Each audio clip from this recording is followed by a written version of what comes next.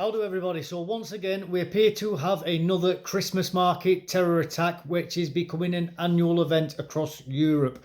This is the strength of diversity and the culture being enriched by mass immigration. Now, I know there are many people out there who will rightly point out that this gentleman, although of Saudi descent, is a self-declared atheist, self-declared ex-Muslim, self-declared feminist, etc., etc., etc. I do believe that these things are true, but I don't believe that they fully explain what has gone on. From what I've seen up to now, with translations of the man's own words himself, he does appear to be an open borders globalist who is pro-mass immigration and is anti-national identities. This man was no friend of Europe as far as I'm concerned and as far as what I've seen. This is just another stepping stone in the destruction of Europe and how Europe is collapsing. That is my own opinion, obviously, from what I've read about the man.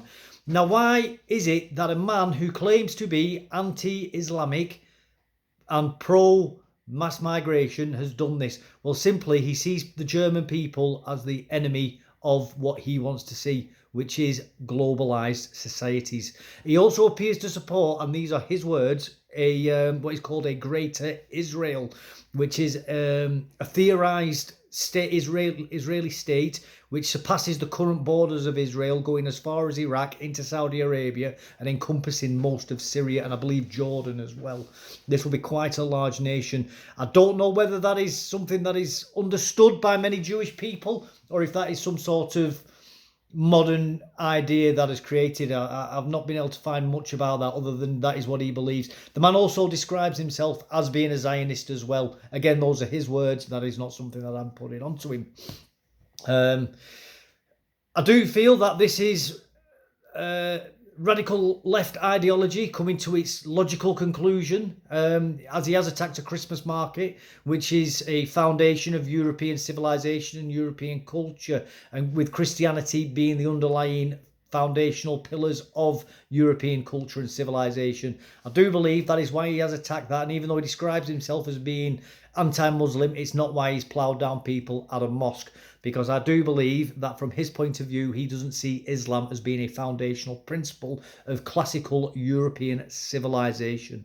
Everything is still scant and sparsely being released at the moment. This is obviously a terrible event, and I think this is going to promote further radicalization in Germany.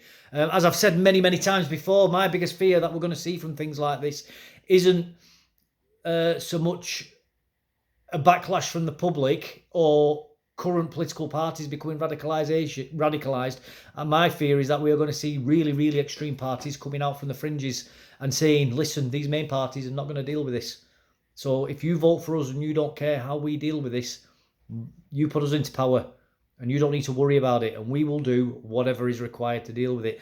And unfortunately, as we start seeing more and more non-European people engaging in terroristic activities such as this, whilst not fitting into the, let's call it, traditional narrative of being an Islamist, for example, like this man, it's going to start pushing more and more Europeans to the extremes of politics, and it is going to make people more ethnically aware. And I do feel that I have to say this now.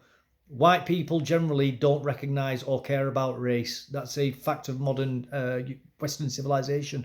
But unfortunately, the rest of the world does care about race. And they really, really do recognise race.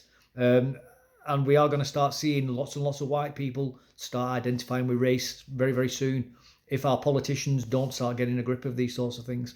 No, I don't want that to happen. That isn't a statement of what I would like to see happen.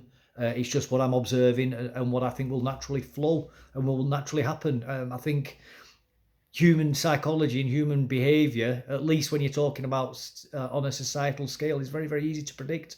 And people will vote and will do whatever they need to do to protect their families and to protect the children.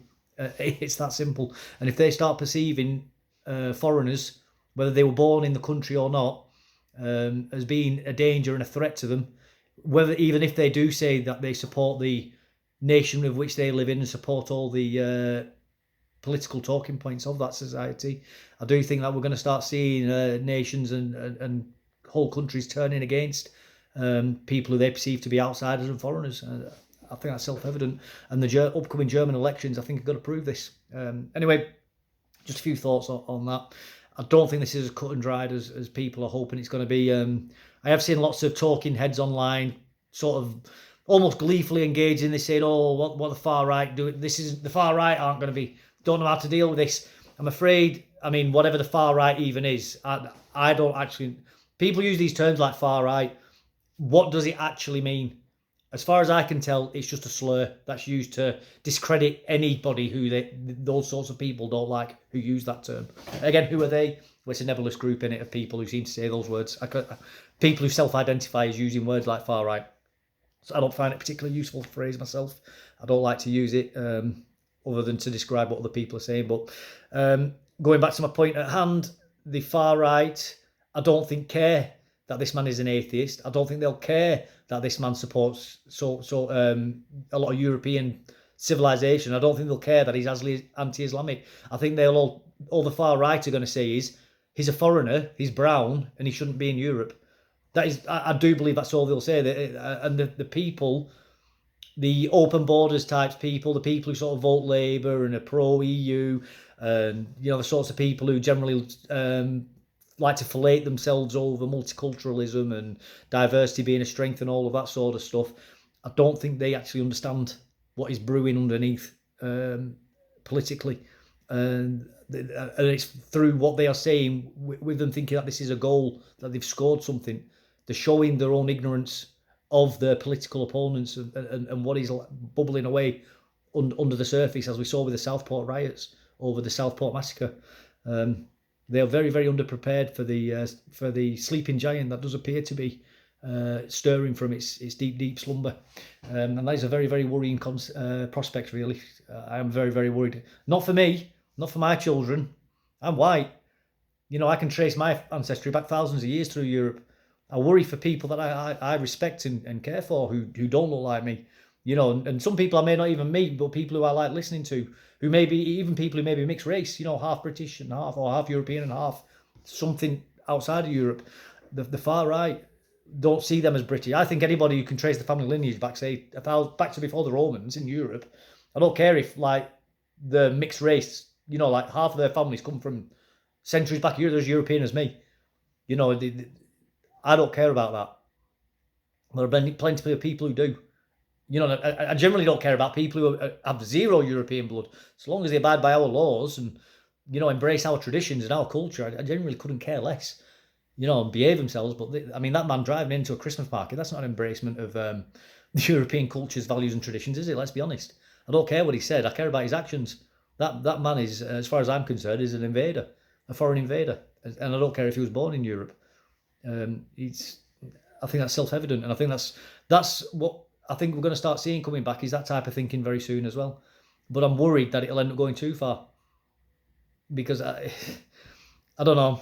It's just it's worrying times, worrying times. I don't like to give predictions too often, but I do believe that we're going to see the AfD getting into power in Germany as well. And that will be seismic if that happens. That will be seismic. Anyway, I'm going to leave it at that. Thanks for listening. Take care and goodbye.